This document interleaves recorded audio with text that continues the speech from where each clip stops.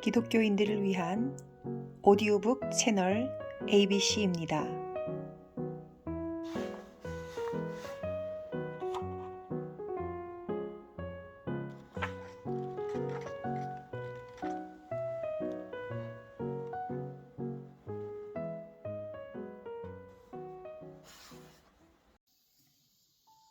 제5장 네 번째 영상입니다. 이방인 고넬료의 가정에서 일어난 구원. 예루살렘과 온 유대에 그리고 사마리아 성에 전파된 복음은 땅끝까지 이르러 이방인들에게도 전파되어야 합니다. 사도행전 10장은 베드로를 통해서 이방인들에게 복음이 전파되는 놀라운 과정을 감동적으로 기록하고 있습니다.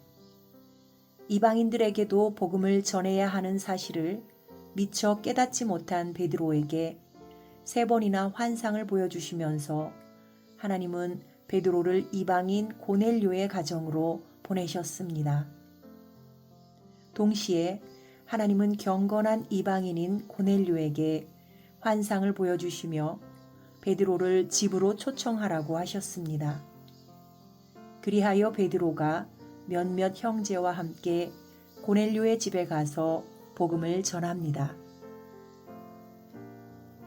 베드로가 입을 열어 가로되 내가 참으로 하나님은 사람의 외모를 취하지 아니하시고 각 나라 중 하나님을 경외하며 의를 행하는 사람은 하나님이 받으시는 줄 깨달았도다.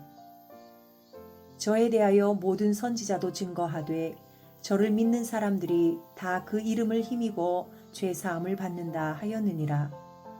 베드로가 이 말할 때에 성령이 말씀 듣는 모든 사람에게 내려오시니 베드로와 함께 온 할례받은 신자들이 이방인들에게도 성령 부어주심을 인하여 놀라니 이는 방언을 말하며 하나님 높임을 들음이러라. 이에 베드로가 가로되 이 사람들이 우리와 같이 성령을 받았으니 누가 능히 물로 세례줌을 금하리요 하고 명하여 예수 그리스도의 이름으로 세례를 주라 하니라. 저희가 베드로에게 수일 더 유하기를 청하니라. 사도행전 10장. 베드로가 복음을 전할 때 그 복음을 듣고 있던 사람들에게 하나님께서 성령을 부어주셨습니다.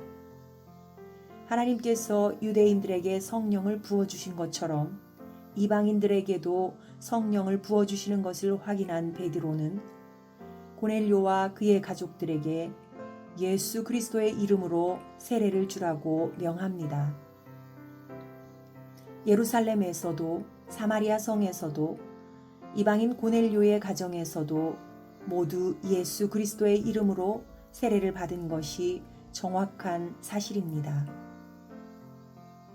예수님이 하신 말씀 곧 오직 성령이 너희에게 임하시면 너희가 권능을 받고 예루살렘과 온 유대와 사마리아와 땅끝까지 이르러 내 증인이 되리라는 말씀이 정확하게 성취되었습니다. 예루살렘과 온 유대에서 사마리아 성에서 그리고 이방인 고넬료의 가정에서 동일한 이름이 선포되었습니다. 그 복음을 듣고 믿은 사람들이 회개하고 예수 그리스도의 이름으로 세례를 받았습니다. 그리고 하나님의 약속하신 성령을 받았습니다. 어느 경우에도 아버지와 아들과 성령의 이름으로 세례를 주었다는 기록이 없습니다. 단 한 번의 예외도 없이 언제나 복음을 듣고 믿은 사람들은 오직 예수의 이름으로 세례를 받았습니다. 만약 성경에서 가장 중요한 단어를 하나만 선택한다면 그것은 바로 예수라는 이름일 것입니다. 예수 이름 없는 신앙은 상상할 수도 없습니다. 우리에게 주신 가장 존귀한 이름이 바로 예수입니다. 천하 인간의 구원 얻을 만한 다른 이름을 주신 일이 없습니다.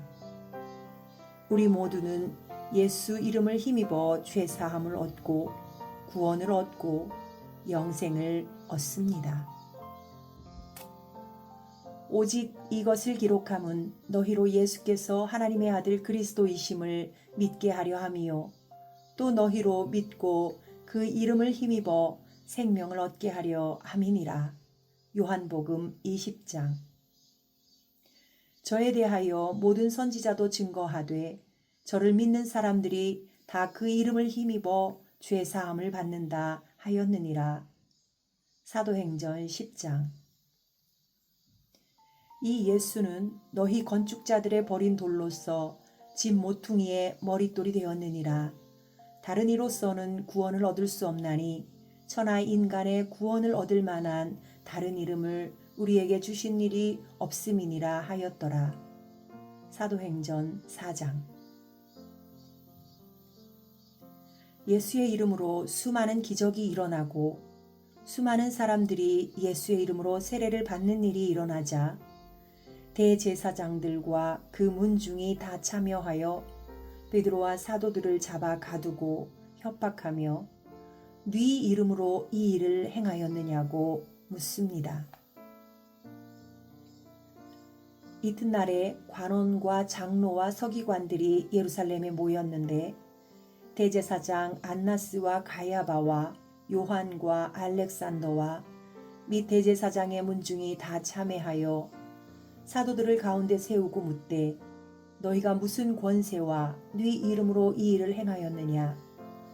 이에 베드로가 성령이 충만하여 가로되 백성의 관원과 장로들아 만일 병인에게 행한 착한 일에 대하여 이 사람이 어떻게 구원을 얻었느냐고 오늘 우리에게 질문하면 너희와 모든 이스라엘 백성들은 알라.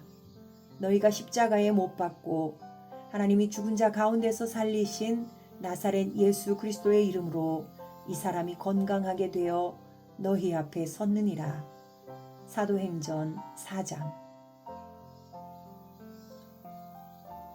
그러자 베드로는 담대하게 예수 그리스도의 이름으로 기적이 일어났다고 대답합니다. 예수님은 승천하시고 이 땅에 사도들과 함께 계시지 않았지만 그들은 존귀와 권세와 능력의 이름인 예수 이름을 가지고 있었습니다. 대제사장들도 예수 그리스도의 이름의 능력과 권세를 깨닫게 되었습니다. 그러나 그들이 했던 일은 예수의 이름으로 말하지도 말고 가르치지도 말라는 것이었습니다. 이것이 민간에 더 퍼지지 못하게 저희를 위협하여 이후로는 이 이름으로 아무 사람에게도 말하지 말게 하자 하고 그들을 불러 경계하여 도무지 예수의 이름으로 말하지도 말고 가르치지도 말라 하니. 사도행전 4장. 어떤 일을 하든 우리는 예수의 이름으로 하고 예수의 이름으로 가르쳐야 합니다. 예수의 죽음과 장사에 연합되는 것인 세례를 받을 때는 더더욱 말할 필요도 없이 예수 이름으로 받아야 합니다. 땅끝까지 이르러 내 증인이 되리라. 예수님을 부인하고 예수를 믿는 사람들을 지독하게 핍박하던 사울은 놀라운 환상과 기적을 통해 극적으로 예수님을 만난 후 예수님의 위대한 사도로 변화되었습니다. 그 후 사도 바울은 멀고 먼 이방 땅까지 이르러 예수의 증인이 되어 복음을 전합니다. 복음을 전할 때 사도 바울은 자신이 불렀던 동일한 그 이름으로 세례를 주었음을 알 수 있습니다. 율법에 의하면 경건한 사람으로 거기 사는 모든 유대인들에게 칭찬을 듣는 아나니아라 하는 이가 내게와 곁에 서서 말하되 형제 사울아 다시 보라 하거늘 즉시 그를 쳐다보았노라. 그가 또 가로되 우리 조상들의 하나님이 너를 택하여 너로 하여금 자기 뜻을 알게 하시며 저 의인을 보게 하시고 그 입에서 나오는 음성을 듣게 하셨으니 내가 그를 위하여 모든 사람 앞에서 너의 보고 들은 것에 증인이 되리라. 이제는 왜 주저하느뇨? 일어나 주의 이름을 불러 세례를 받고 너희의 죄를 씻으라 하더라. 사도행전 9장. 주여 누시옵니까? 라고 물었던 바울 자신은 아나니아라는 예수님의 제자로부터 주의 이름을 불러 세례를 받았습니다. 주의 이름은 무엇일까요? 주의 이름은 물론 예수입니다. 바울은 예수의 이름으로 세례를 받았습니다. 사도행전 19장에는 바울이 에베소 지방에서 복음을 전하는 장면이 기록되어 있습니다.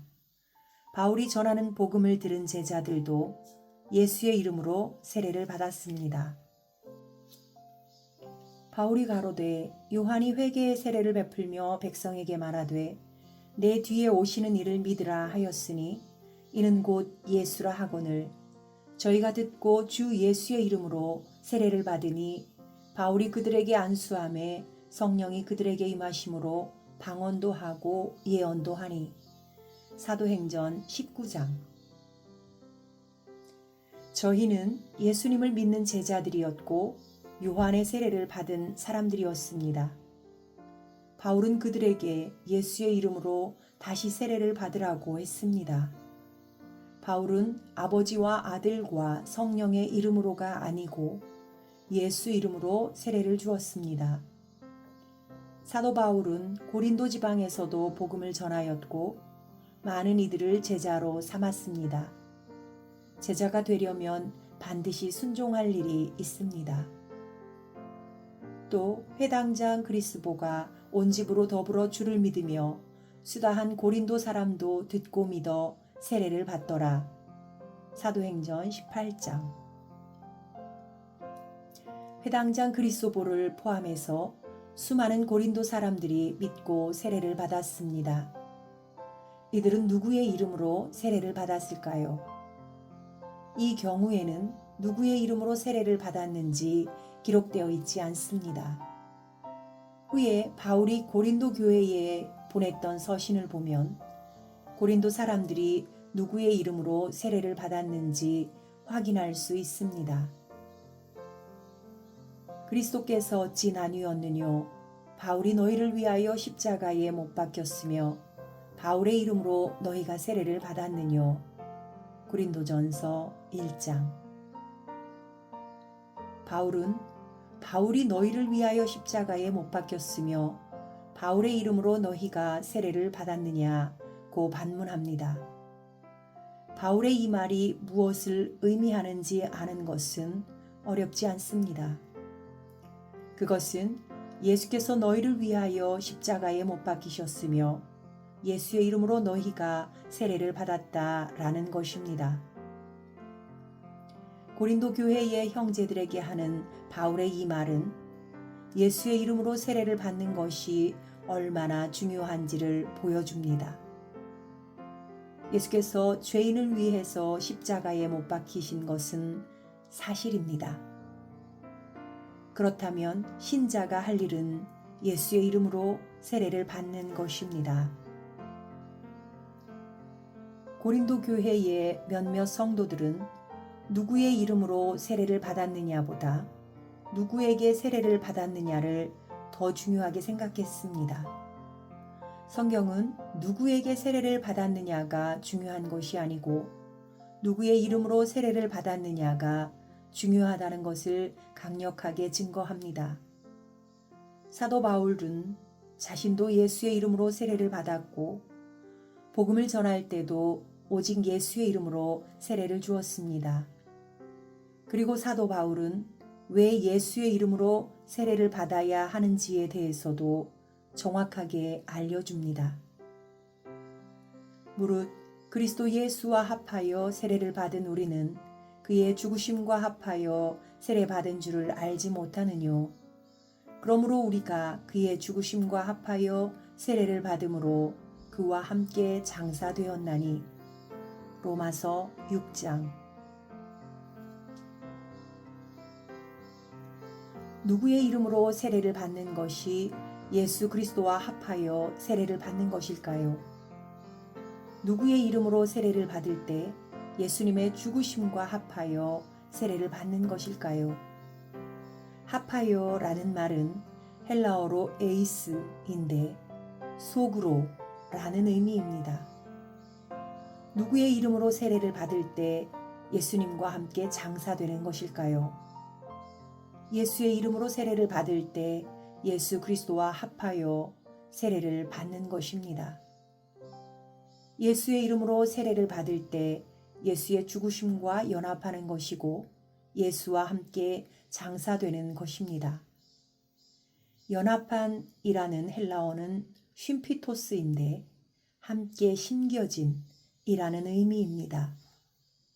결론적으로 성경은 베드로와 사도들도 빌립도 아나니아도 사도 바울도 오직 예수의 이름으로 받는 세례를 전했다는 것을 확증해 주고 있습니다. 예루살렘 교회나 유대 교회나 사마리아 교회나 안디옥 교회나 로마를 비롯한 모든 교회가 예수 이름으로 세례를 받았습니다.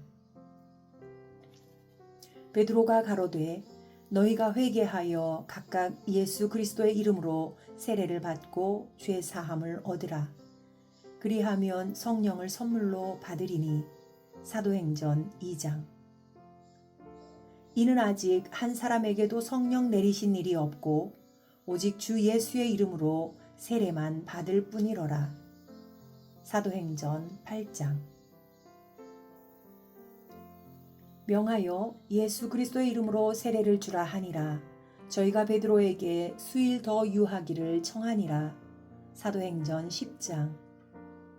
바울이 가로되 요한이 회개의 세례를 베풀며 백성에게 말하되 내 뒤에 오시는 이를 믿으라 하였으니 이는 곧 예수라 하거늘 저희가 듣고 주 예수의 이름으로 세례를 받으니. 사도행전 19장. 예수라는 이름 앞에나 뒤에는 다음에 볼 수 있는 것처럼 다양한 수식어가 올 수 있다는 사실도 참고해 볼 만합니다. 주 예수, 어린 양 예수, 나사렛 예수, 나사렛 예수 그리스도, 하나님의 아들 예수 그리스도, 아버지와 아들과 성령이신 예수. 이 모든 표현들에서 이름은 오직 예수뿐입니다. 다른 표현들은 이름이 아니고 예수님이 어떤 분이신지를 알려주는 수식어입니다. 기도할 때나 세례를 줄 때 다른 표현들은 쓰지 않더라도 예수라는 이름은 반드시 써야 할 절대적으로 필요한 이름입니다. 아멘.